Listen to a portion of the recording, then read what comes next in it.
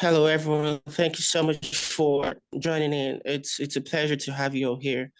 And if you don't know me, my name is Ryan Nima. I'm a medical student studying medical radiography, and I'm in my third year right now. And apart from my medical studies, I'm also a medical writer. I do a lot of writing for a couple of clients and a couple of healthcare companies out there. And today, I have an amazing guest today. She's a doctor based in the US. And hey, Dr. Patrice, could you introduce yourself? Yes, Ransom. Thank you for having me on the show.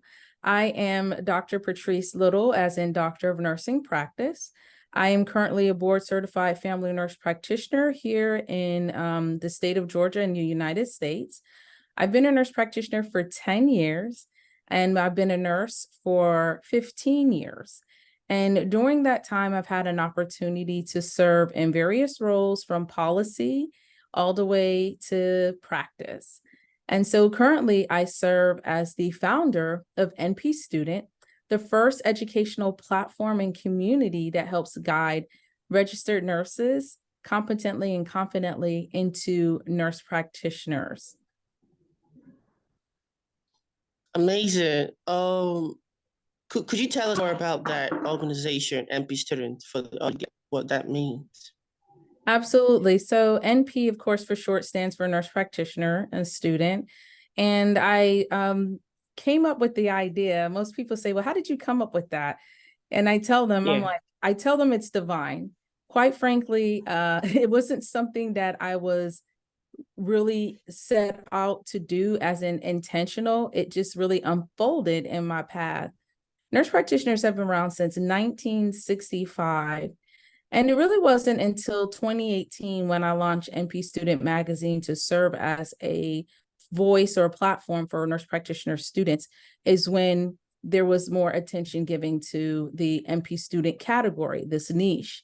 And what many do not understand is that there were, I believe, about 4 or 5 different gaps that were identified in NP education at that time that there's more attention that's been given to it now in 2023. And what happens is while I was completing my DNP scholarly project, I identified one of those gaps to be like, wait a minute, it's a voice. We're advocating to increase access to care for nurse practitioners so they can practice to their full extent of education and training.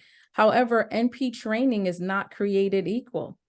You have some schools that do a phenomenal job providing the preceptorships, which is also known as clinical trainings for nurse practitioner students. But then you also have a lot of schools that do not assist students in that capacity, causing them to be very stressed out, overwhelmed, and often enduring some additional financial challenges, all to meet that qualification so they can graduate. So that's why we're here. We started off as a magazine and it's evolved over the years. And so now it's a membership for students to belong to a community where they can receive assistance in their journey from aspiration all the way to graduation. And so, of course, with aspiration, we always start at the very, very beginning. Hey, I want to be an NP. We start off with the starter guide to think like an NP, everything you need to know before applying to NP school. And then students, as they matriculate through the program or the membership, they finish off with our transition course that we have. Absolutely. I love the fact that you said that you had a divine knowledge on starting up this organization and is really, creating some amazing waves out there. And yeah, you're really doing the job. So I just have a question for you. What really inspired you to specialize in nursing profession? What gave you the inspiration to do that? My mom came to this country back in the late 70s. And one of the ways she was able to set herself up as far as financial stabilities and security when you come from another country was to pursue a nursing degree. She's been a registered nurse since, I want to say, since I was probably 1 years old. And she's actually still working as a registered nurse, not in a bedside role anymore, a managerial role anymore, but more so in a kind of like a supplemental role to support surgeons and so forth. But with that being said, I originally was told the options or given the options, career options of doctor, lawyer, engineer, like most people from other countries. And Yeah. so the nursing was always something interested to me, but I was always in pursuit to become a physician. It wasn't until my junior year in the biology pre-med program, because my first degree is biology pre-med, that I decided to shadow the nurse practitioner on campus. Her role was very attractive to me. I love the way that she was able to have a family. She was a wife and a mother. She served on campus, like served us as students as far as our health on campus, was able to get off at a reasonable amount of time to tend to her home, her family, and herself. And so that was very attractive to me. I've always been family oriented. And one of the things that I knew is like, wow, if I become a physician, I do not know if I'll be able to achieve that type of balance. And I noticed that as I started shadowing her, I was like, she does exactly what a physician does, on the surface. And so that's why I intentionally decided to become a nurse practitioner. It wasn't something that some people say, oh, I want to do it because of the money. For me, it was never about the money. It was about the fact that I wanted to allow people to feel the same way I felt when I received care from her. Wow. So, your biggest inspiration in your pursuit in your nursing profession was your mother. That's amazing. That's really amazing. Yes. That's really amazing. So, you know, I do a lot of researches, as a medical student and also a medical writer. There are new technologies in the nursing profession lately, the introduction to AI and other technologies. So, as a nurse practitioner, how do you intend to, get in touch with all these technologies? How do you cope or cooperate with all these new technologies in nursing? Okay. So as far as the integration of technology, specifically AI in NP education, because that's mainly the role I service now, since I'm no longer practicing full time for direct patient care. There's many ways that I have identified to utilize it on my platform. One of my favorite ways, of course, is through helping students with their writing material. I'm a true believer. I'm a writer. So this, of course, this book is not my first book. This is my first book for my platform, but my first book is a self-help book. And I've contributed also to various textbooks in nursing. And one of the things that I identified is that for students who do not have that natural gift and talent, like me, who's a writer, where things come with ease, sometimes they need a little bit of boost and they need the AI to serve as a tool. Now, I encourage them to use it in a way where after they develop their thoughts, in the sense that when you're writing an essay, or if you're trying to figure out just how to come about with creating like a PICO question for your DNP proposal, to have your ideas and do the research first, then put everything, of course, to writing, put the pen to the paper and develop your authentic ideas. Then go back to the AI and train it. You can train it and feed it the information that you have come up with and ask it to identify, okay, I've done this. Can you tell me which area that I could explore more, or what would enrich what I'm doing? So it's really about utilizing the tools to enrich your practice. The other way I've integrated, I would say I've educated students how they can integrate the rules, and not me per se integrating it on my platform, is in their studying. So AI is great to use, like where it is today versus where it was when it first came out, as far as Chat GPT specifically is what I'm talking about. Yeah. It's been updated to the point where the information is a little bit more credible. I encourage students that if they use it as a study companion, that they still need to be able to ensure the credibility by following up with their instructors or some other experts, another practicing clinician in the field. And mainly because AI or ChatGPT, it pulls like a summation of a whole bunch of information together and gives it to you. So there's always that possibility that the information could be wrong. And what you do not want to do is to be a regurgitator of information that was not properly researched. Of course, as a nurse practitioner, we follow evidence-based practice, similar to physicians and occupational therapists and respiratory therapists, the other different healthcare professions. So with that being said, with this evidence-based, that means that it is a guide. It's really guiding us to provide care that is based on what has been proving to be successful for patients, for their outcomes. And so that's why it's so important that AI or ChatGPT specifically is not used as a main source for learning, but it can be used to enhance your learning.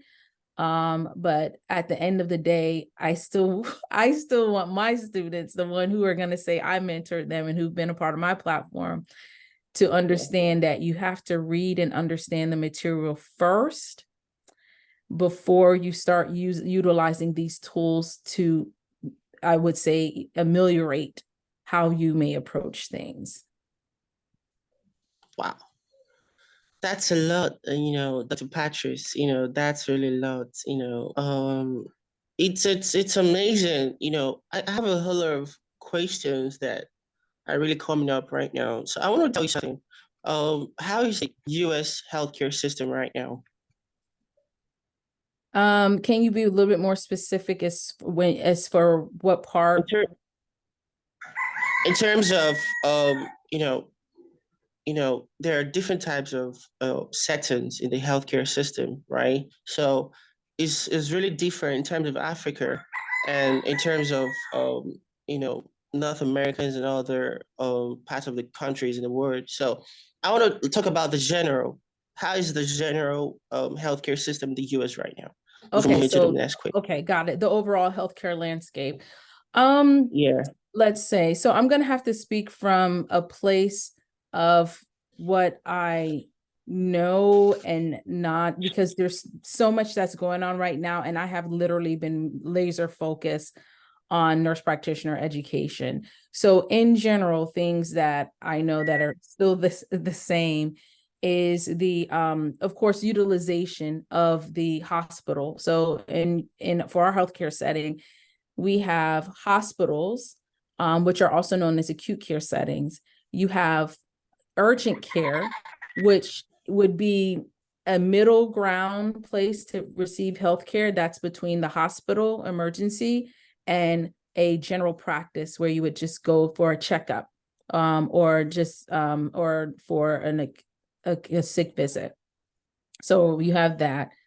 So you also have of course, specialties. So with that being said, I'm just giving you just a simple way of just how kind of like the hierarchy is. You would go to, of course, your general practitioner or a clinic where it would be either a physician, physician assistant, or nurse practitioner that's providing your care. And then if that care is not, that you receive there is not being able to achieve that level, you would go to a specialist. And then if the specialist can't meet your needs and you have to be hospitalized, the hospital. So I say all that is because those are the different types of the areas as far as in the healthcare arena, right? As far as where you could practice. And those things, those different areas exist to meet people in different stages of their healthcare. And that's really a lot what influences the landscape today, in the sense that there is more interest in having medical homes, that just their patient medical homes where patients are able to receive care from their physician. And then sometimes, and one thing I'm learning about now is with the dentist, how there's an integration of that where they could receive, it's almost a one-stop shop All of this is to prevent them from utilizing the hospital for care that could be addressed at a primary level.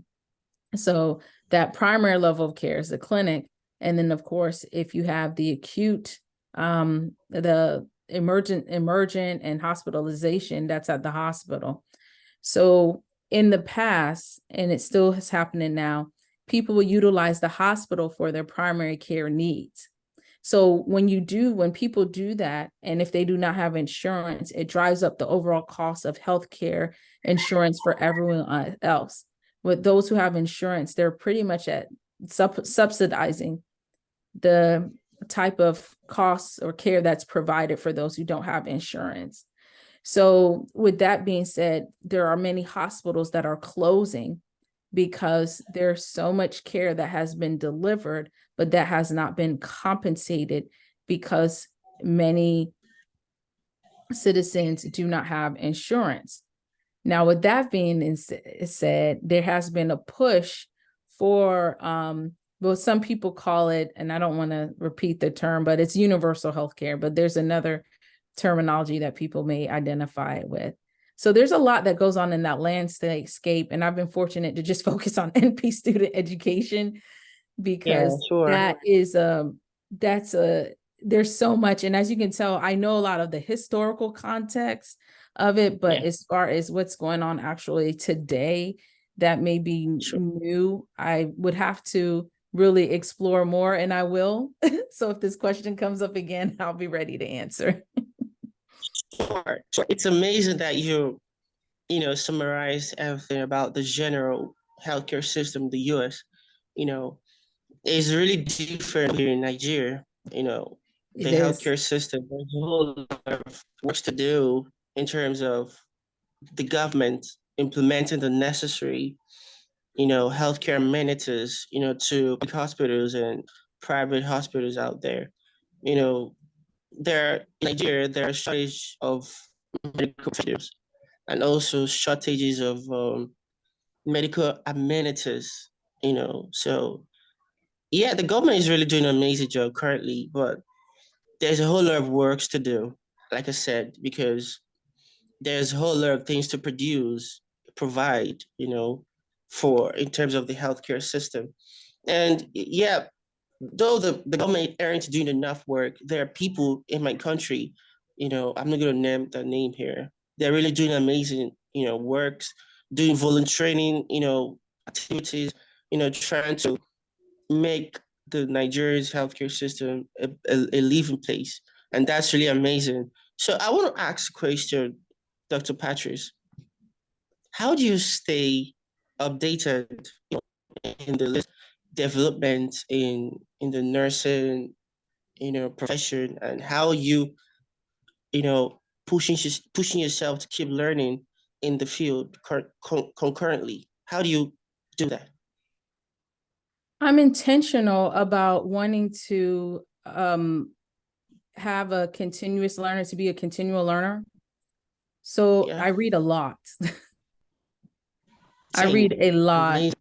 Yes. I'm always looking, whether it be Google News, to look at weekly, what's going on in the news, what's going on in the landscape when it comes to nurse practitioners and NP education, what's going on in the scholar and the research part. So I do a lot of reading, and I encourage people to do that. That is something that I pattern for those who follow me, to do a lot of reading. Then I also like to, I like to write as well. I don't write as much as I used to, but I will go back to that. Now that the book is finished, I will go back to doing my blogs, a couple of platforms that I would contribute blogs or articles to on a monthly basis, so it can enhance the offerings that they have for their members. And so that's really what keep me abreast. But also I do a lot of praying. So I've had many people come to me and say, how did I come up with the idea of NP Student? And I always tell them it was divine. And so because the original idea was divine, the vision that was given to me, it requires, in order for me to continue to carry it out, it requires that I'm connected to the source. So some of the things that I'm able to obtain, which may be 5 or 10 years out, is by staying connected through my relationship with Yeah. and praying, my relationship with God, and definitely praying. So that's what keeps me that way. That's why the products and services that we offer on NP Student that have been around since 2019 are now starting to be offered by, I will not name, but other national organizations. They're sent out press release this year about their ebook about becoming an NP. I came out with my first ebook was 2019. This book right here is just an evolution of that, and it has more because over the years I've been serving NP students from 2018 till now. I've learned more about their needs. I know exactly which questions that they frequently ask questions they have. So I say that is because everything that I have inside of me and that's unfolding, and things that I know where I see my platform going 5 to 10 years from now, it's divine. So what happens is I have no worries. I feel like the information I've been given or trusted with and what I'm commissioned to is it's going to be impactful, not just for me, but it's for other people. So it's like, okay, the tiredness and the struggles that I'm going through behind the closed doors, or I should say behind the scenes, is so someone else could be able to have impact. That's how it works. Each one teach one, but I know where my source, where it comes from. Sure, sure, sure. Wow, that's amazing, Dr. Patrice. It's a whole lot you do right now. So I want to know, how is your mom right now? How happy is your mom right now that you're doing what she loves, to do? How happy is your mom now? Well, mom is really happy. So I'm the oldest of 4. So we also have a pediatric surgeon in our family. So we actually do. So they got their dream. So they got their dream of medical doctor as well. I know she's happy right now. She's Yes. definitely happy. Yeah, she's happy with all we do. Like my siblings are all doing an amazing job, but I just, because this is of course a medical platform, I highlight the one who's a physician. So she's very happy, and that's what it's about. At the end of the day, my mom is a giver. So naturally, when you are a giver, it comes back through you, through your children. A lot of people don't understand that. I was fortunate enough to, of course, be married and have children. And so my children are, sometimes I feel like they're in abundance mode because so many things are given back to them. So even during the times where I'm like, okay, I'm giving, and I'm not seeing the fruits of it per se directly to me, but I'm seeing it to the children's, and that's what gives me peace. And I think that's, and not think, but I know that's where my mom has that peace, because it's all the seeds that we sow. We see them with like their seed time and harvest. I'm a true believer in that. Everything you do, whether it be good or bad, because a lot of times people think, oh, if you, with the whole karma thing, they think of the negative connotation. But I would like for people to pull, if you don't pull anything from this interview, at least pull from the fact that the positive aspect with the karma and the seeds that you sow, the kindness, and I don't want to say fully sacrifice, but just the willingness to serve and help and to be a resource to people and to mentor. Those seeds, all those good seeds, they come back to you. It doesn't come back though the way that you think it will. So I encourage people not to be frustrated with that. I think that was one of the biggest, when I do interviews, I do like to talk about the highlights, but I also like to talk about the low times, the valleys. And that's where I feel I've had my biggest challenge is wanting things to manifest one way, but that's not how it's going to go. And it wasn't until I released how I wanted the outcome to be that I started seeing things really starting working more for my good and for my favor. And anytime things work well for me, I'm able to, of course, when I go in overflow, able to help other people. And that's what it's about. And that's what I love most about my culture, is very community oriented, as West Indian American. And so that's how I was raised. All I know is, hey, you get, you give, you get, you give. That's it. Amazing, Dr. Patrice, really amazing. I see that you're a very amazing Christian. So I want to know, does your Christianity or your belief affect what you work in the healthcare system? Does it affect you, or in does it have a I feel like it's disadvantage or an I feel advantage? like it's a bonus. Okay. And I feel like it's being a Christian in today's society, where there's so many things that do not Yeah. align with fully with the word, or there's certain beliefs. I Yeah. feel that some people are extreme because they're so judgmental, and not judgmental as discernment, because in a sense we are supposed to judge, and as in discerning right from wrong, like, you know. Sure.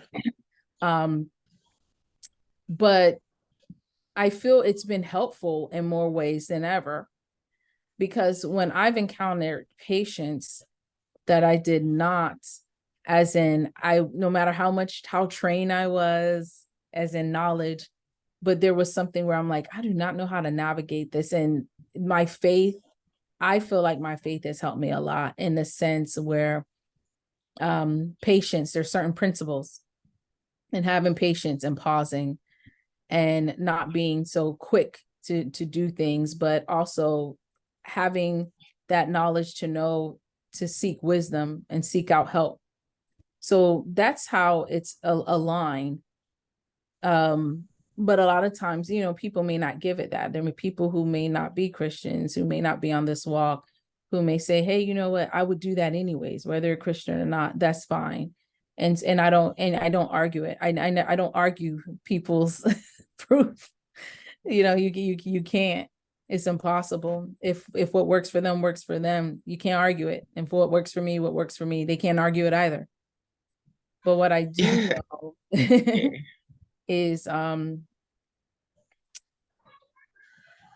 feel like, and I had shared with you offline, I feel like anytime someone is given something that is huge or bigger than them to do, it's because it's supposed to have a different type of impact. That's not really about you, but it's about really imparting like light and love in people.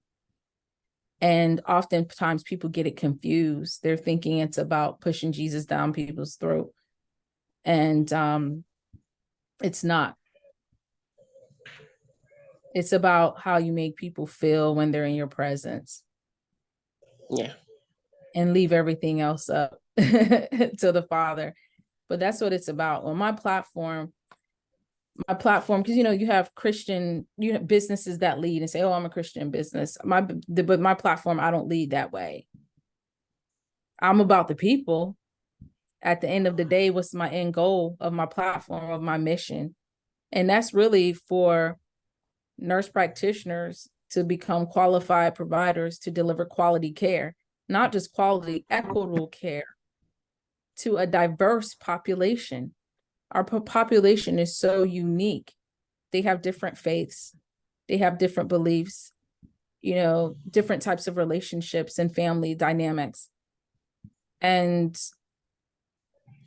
my job is to support them. That's why I'm here. Wow. That's deep. That's really deep. I love the fact that you give respect to people's belief system, and that's really amazing that you're not really judgmental about what people believe in. You give respect to what people believe, you know, and that's amazing that you don't really disregard people, and you're for the people also, and that's really amazing. It's just really, really amazing. So what advice do you want to give to, maybe the nurses students and also other medical students that will definitely watch this video? So what Oh, advice do you have for them, in terms of their studies and how, how to make their lives and the world a better place to live? What advice do you have to tell them? okay. So this advice is for nurses, nursing students, nurse practitioner students, and medical students. I feel like you Sure. should follow your own divine path. So what Yeah. happens is, as I mentioned before, Ransom, whether someone is a Christian like me or not, I really believe that God is speaking to everyone. I really do. I don't think like there's an exception, like, hey, I'm this extra special person. I really believe that we all are spoken to at that deeper, like that level. Some people say higher level consciousness, some people say deeper, but however you go in that consciousness, there is something that is always talking, something that is always revealing. That is called that intuition. And you could give it other names if you want. Always listen to that. When you listen to that, then you won't become jealous of other people. You won't become resentful when you see other people have their breakthrough, because you know yours is around the corner. When you are fully aligned with what you're supposed to be doing, that's really it. I mean, there's a whole bunch of advice I could give, but that's the one thing. Because what happens is, I feel like we're in a, I'm not for sure what it's like in Nigeria right now, but in the US, it's always been about competition and who's going to be the first and what's going to be the next and what's going to be the latest and who's setting what's the trend and so forth. And I know I ran a magazine. I've written for magazines. I love magazine, eat and sleep and breathe it, to the point where I love 13 going on 30 and all of those magazine movies. But there's a lot of just of us trying to subscribe to a social construct instead of being secure in who you are, being secure in your authentic self. When the sooner you accept yourself for who you are and why you were created and the natural gifts and talents you have, and you start tapping into that, the sooner you will see things work out for you. Because even with medicine, nurse practitioner, nursing, I tell people with specialties, don't choose specialties that pay the most. Choose specialties that align with what your goals are. I talk about that again in this book. It needs to align with Sure. what you want. I'm a family-oriented Sure. person. It makes sense that I became a family nurse practitioner. I like interacting with the whole family. Sure. That's a lot, man. That's really a lot. I believe that definitely they will learn something from the session, and that's really amazing. So there's a question I wrote down right now as we're talking. So permit me to be looking to ask that question. So can you highlight the latest breakthroughs, or research in nursing, that you believe that could revolutionize or take the healthcare system to a whole nother level, in the near future? What do you think about that question? Well, I'll just say the most recent one, because there's still some other breakthroughs that I'm not aware of right now. Okay, yeah, But sure. the most recent one I came across is when I went to our state's our state's annual nurse practitioner conference. And there was a team, it was 3 nurse practitioners, and they created, it's pretty cool, this model of different types of skin cancers to enhance the learning for the dermatological aspect of NP school. So with derm, we don't take a lot of things at NP school is not how it is in medical school, where we're taking things by separate subjects. A lot of things are lumped together. So when it comes to dermatology, we're learning about that when we're doing our pediatric, even though we'll have pediatric clinicals, that's separate from the adult clinicals. We'll learn about dermatology in those different areas or specialties in women's health. And so it's good to learn about how to accurately diagnose those dermatological conditions. And the reason why I could speak, because I'm gonna tell the truth, okay? No Yeah, matter what. sure. People may not like it, but in nurse practitioner school, we're not taught the extensive or the in-depth information we need to know about dermatological conditions. So oftentimes we're treating them the same. Or if you work at MinuteClinic, because I've had the opportunity of working there, and that's a retail clinic that's a part of CVS Caremark. We're treating dermatological conditions within a particular paradigm, and then everything else we refer out to dermatology, which I get. But that tool, and I can't recall it, but when I do, after we meet, I'll just send you a link to, I believe they did an article about it, where they've created models, and you can place it on your skin, and it's great for learning. You could place it on your skin, and you can see if it's melanoma and things like that. It's just really nice. So that was a breakthrough in healthcare as far as the training to make sure that nurse practitioners are able, not just nurse practitioners alone, just nurses in general are able to say, hey, you know what, that looks off, but it looks like this. But to be able now to give more of a name as far as a diagnosis to the lesion that looks odd versus just describing it and saying that it's raised and saying that, it's not, it's demarcated and has hair or no hair, and to actually be able to describe it more accurately, it helps. So that not only enhances the type of care that we can provide, as making sure we diagnose them early enough to refer them out to get the care they need, but also at the end of that, for our patients' lives to be saved. Because the sooner you make an accurate diagnosis, the more likely the patient has a better prognosis. Ooh, that rhymes. I like that. I'm gonna have to take that quote and put it as a social media post. Amazing. Yeah, sure. Definitely, Dr. Patrice. That's amazing. I love the fact that you just summarized everything and you just hit the nail on the head. That's amazing. That's really amazing. So you're a family nurse, right? So how do you, keep up with the precision in nursing and also keep up with effective communication with your patients working as a family nurse? Okay. So when I was practicing giving direct care, I'm not doing that right now. I haven't done that in the past year and a half, just to laser focus on finish building my the foundation of my platform.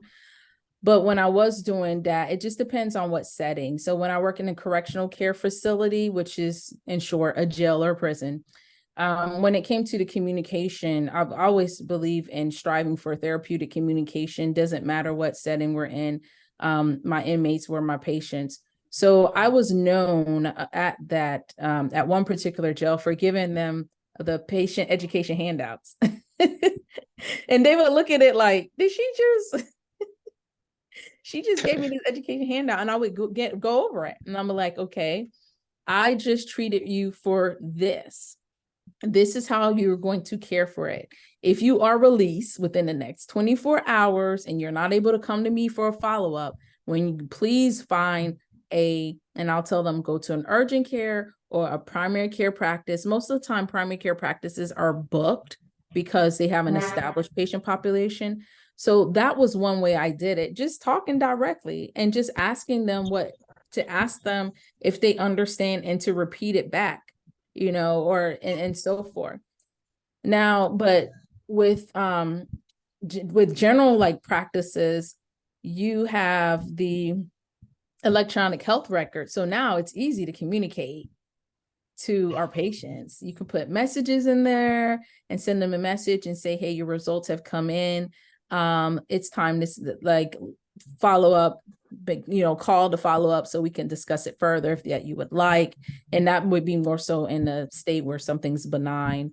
Of course, if something is not, you wouldn't just send the message alone. You would definitely call. So there's different ways that you would communicate to the patient depending on what you're talking to them about, as well as a different type of setting.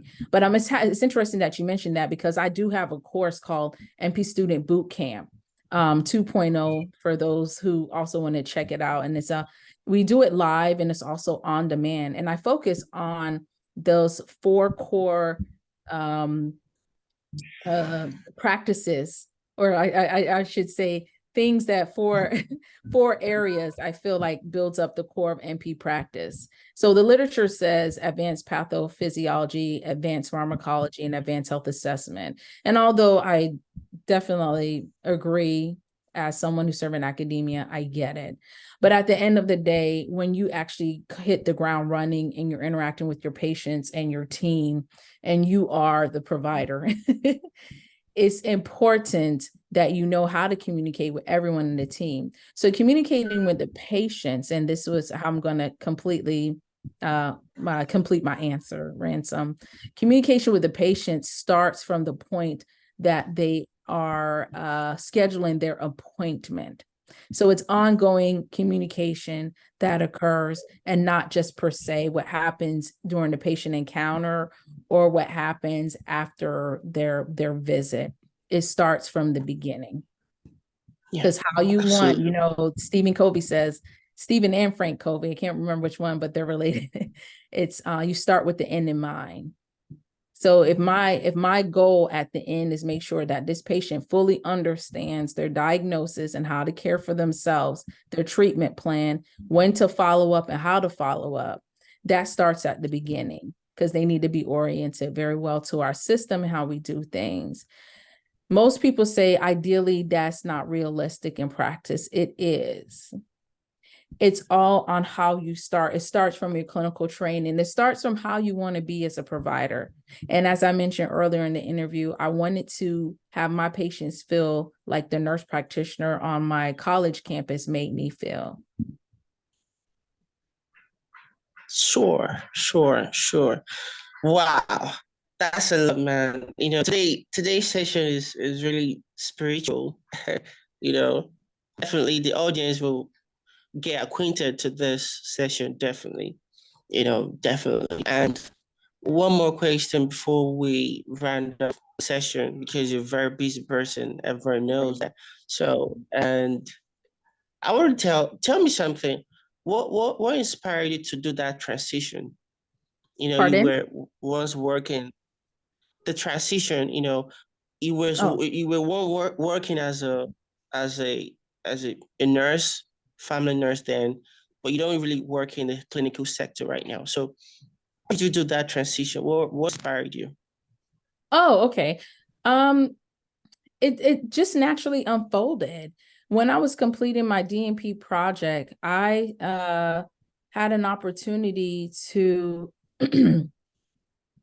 I had an opportunity to interact with the state legislators. And actually now, as a freelancer, I'm still a producer for a television show here in Georgia.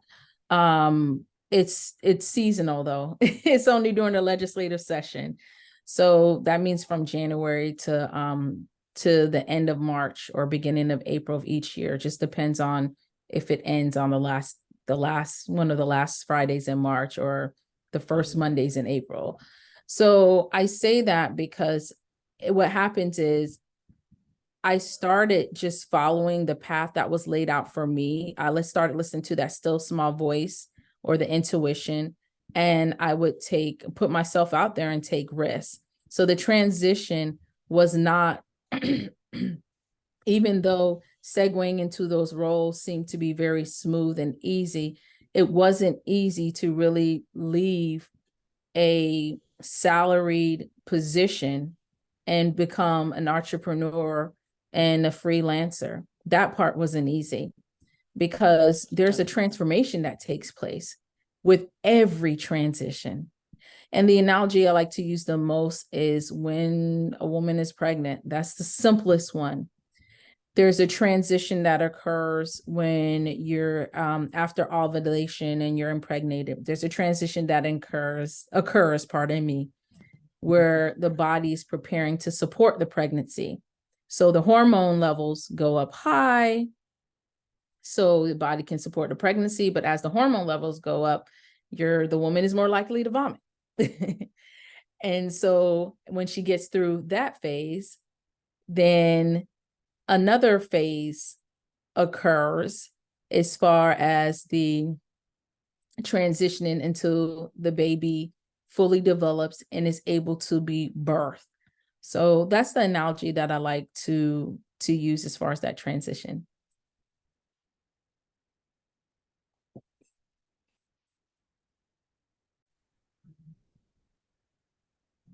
And to sum everything up, Ransom, the whole transition process, as I said, it involves a level of transformation. And I use, of course, analogy about what happens to the woman's body as it undergoes changes to prepare for pregnancy and birth. But above all, that transformation process is consequential. So as I took that first step, which was a risk of working into doing healthcare policy, that unfolded, and I end up combining things such as I end up combining those natural gifts and talent with my training as an NP. So what ended up unfolding is, hey, I produced this magazine. Well, when I produced the magazine, it naturally made sense that I became a part of a journalism organization. And then when I became a part of a journalism organization, it expanded my outreach for me to end up doing television production. Now, mind you, I am a board certified family nurse practitioner, but I work as a producer for a television show as a freelancer. Most people say, how the heck did you do that? I followed my natural gift and talents. But I also, while things unfolded, I still went back and to get training. So it doesn't matter how much these opportunities came, I still sought out training to hone my skills. So, of course, when you do media, it's about how you speak when you're on camera. Do you have the right colors? I usually choose gem tone colors. And your makeup and all of that stuff, the whole aesthetics, that you have to be trained with that. So I invested in a speech coach. I invested in a personal stylist. So I know how to look on camera where it's something like this, like a Zoom, or on camera where it's television. So that's one of the things, another thing I would like people to grab from that if there's something that you want to do, you want to embrace all of it. Don't just try to wing it based on, oh yeah, this is what I do naturally. Yeah, but you can hone it. You can make it better. And when you make yourself indispensable, like as this package ideal candidate for either a job or a television show, the opportunities are just, I mean, you can't even put a price on it or a number on it. So Definitely. Thank you so much, Dr. Patrice. Today was an amazing session. Thank you so much for helping on as a guest on my YouTube channel today. I believe that the people that are gonna watch this video are gonna get something, and we're gonna put on the description button below session on the YouTube where people can reach out to you, how to join your boot camp and other books and everything. So definitely. So what's the last thing you want to say before we close up this session? Do you have any other last things you just want to say to the audience? yes, Ransom, I love what you're doing. It's very inspirational to see and now I'm probably gonna sound more like a mom, but I love to see younger people like you who come into this world and bring about change. Oftentimes people talk about this next generation as if they are a punishment or if everything is about to go into demise. But I keep seeing more and more individuals like yourself that create these platforms that bring about awareness and educate and empower so people can do the same. So thank you for allowing me to share my story. And I'm hoping that some people were able to get something valuable from it so they could take their next Sure. steps. Sure, definitely. Thank you so much. Thank you so much to Patrice. Everybody do well to like, subscribe, and share to your network. Thank you so much. We can just stop recording. Okay. Thank you.